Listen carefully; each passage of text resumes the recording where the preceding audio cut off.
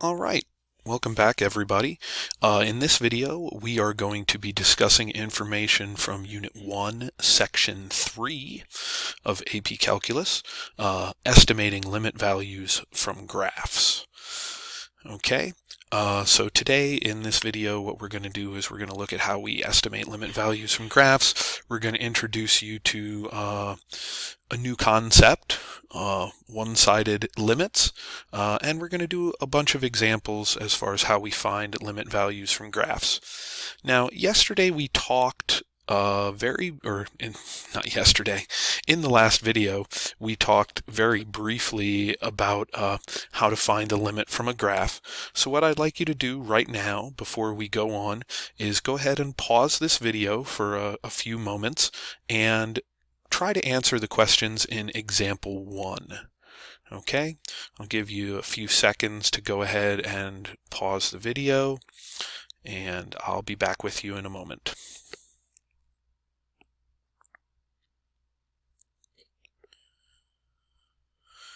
Okay, welcome back everybody. Let's talk our way through example 1 here and answer these questions.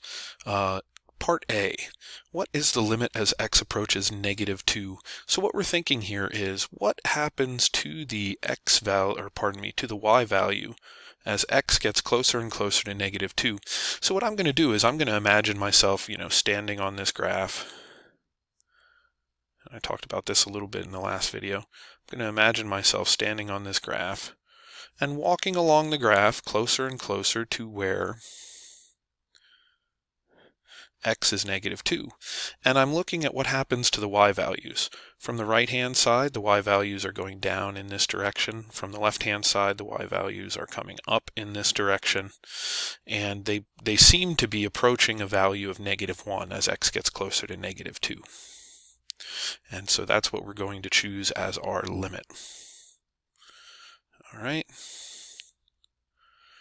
All right, let's go on to part B. What is the limit as x approaches 2? Handle this the same way. X is getting closer to 2 from the left, x is getting closer to 2 from the right. If we imagine ourselves walking along this graph, the y value is going up like this, the y value is going up like this, and it approaches this y value right here, which is +3. And so that is our limit as x approaches 2. All right. Part C, what's the value of f of 2? Now this hasn't changed from what we've done all throughout our life here. We're looking for the value that y is when x equals 2. And if we look at the graph and count over to where x is 2, we see that it's this point right here is the function value when x equals 2. And so f of 2 is going to be -1. And part D, what's the limit as x approaches -3 from the left? Okay, so right here is -3. So as x approaches -3 from the left, we're moving along the function this way. That value is getting closer and closer to +1. And what's the limit as x approaches -3 from the right? We're coming along the graph, and the y value is getting closer and closer to -3. And so those are our answers to example 1 from this lesson. And then you see I talk here for a little bit. It's important to note once again, and we see in this example, that there's a difference between the value of a function at a particular x value and the value that the limit of that the function approaches as x approaches that particular x value. We saw that in parts B and C here. The limit as x approached 2 is different from the value of f of 2. And that's, we had this hole in the graph here that the limit was approaching, and then we had an entirely different function value down here. And it says sometimes these values might be the same. In fact, a lot of the time the value of the limit and the function value are the same. But the most interesting situations, and generally when we tend to find limits more of the time, is when they're not. So this situation that we saw in parts B and C of our example is kind of the bread and butter for when we're using limits. All right. Now let's talk about our technique. finding a limit graphically. Okay, and this is the technique for how we're going to find a limit graphically, and it's pretty simple. It's kind of what we did here in example 1. What we're going to do is we're going to just read the value that a function approaches off of the graph. Notice what I say in bold here. This should only be used when you are given a clear, well-defined graph. Don't try and find limits graphically off your graphing calculator. They tend to be more of an illusion than a help in general, and so what I've always told my students is that when you're finding a limit graphically, you should only be doing that when you're given a clear, well-defined graph. In other situations, we will have better techniques. Okay. And let's see, we need to introduce a little bit more notation so that we can discuss these problems in a less cumbersome fashion, and we'll do that at the top of the next page. Right and left-hand limits. Okay, and we saw this with examples D, or parts D and E from example 1, where the function approached one value from the right and one value from the left. And so what it says here, occasionally a function will approach two different values as the independent variable approaches a value, one that it approaches as we get closer from the left and one that it approaches as we get closer from the right. We notate these in the following ways. Limit as x approaches c, and you see there's a superscript plus sign here. I hope you can all see that. That's the right-hand limit. Okay, now why do we use the plus sign for the right-hand limit? Well, if you imagine a graph, you know, positive numbers are to the left and negative numbers are to the right. So if we're coming from this direction, we're coming from the plus side, the positive side, as we find that limit. That's the right-hand limit, and that signifies the limit as x approaches c from the right-hand side. We see the same thing with the left-hand limit, limit as x approaches c, and then we see the superscript minus sign, and that means that we're approaching from the left-hand side. So that's our notation that describes these one-sided limits. And I know we haven't really talked about theorems. This used to be Theorem 3 in my sequencing, and it's not really anymore. I think this is the first real theorem we've talked about so far in this course. The idea of one-sided and two-sided limits.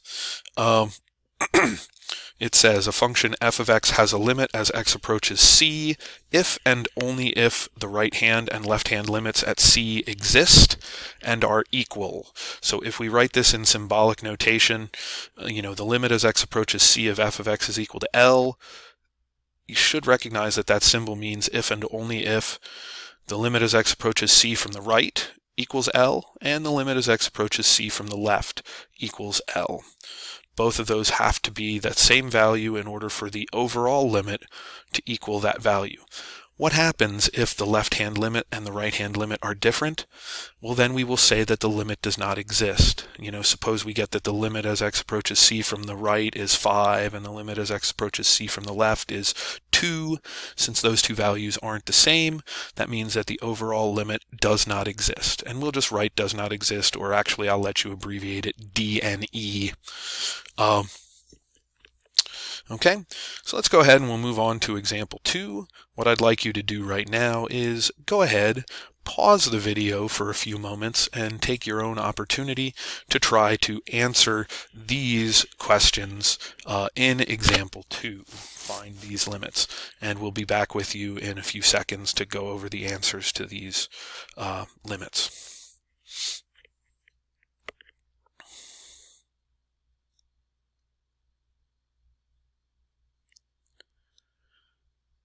All right, welcome back everybody. So let's go ahead and we'll start here. We start with the limit as x approaches -4 from the left. So here's -4.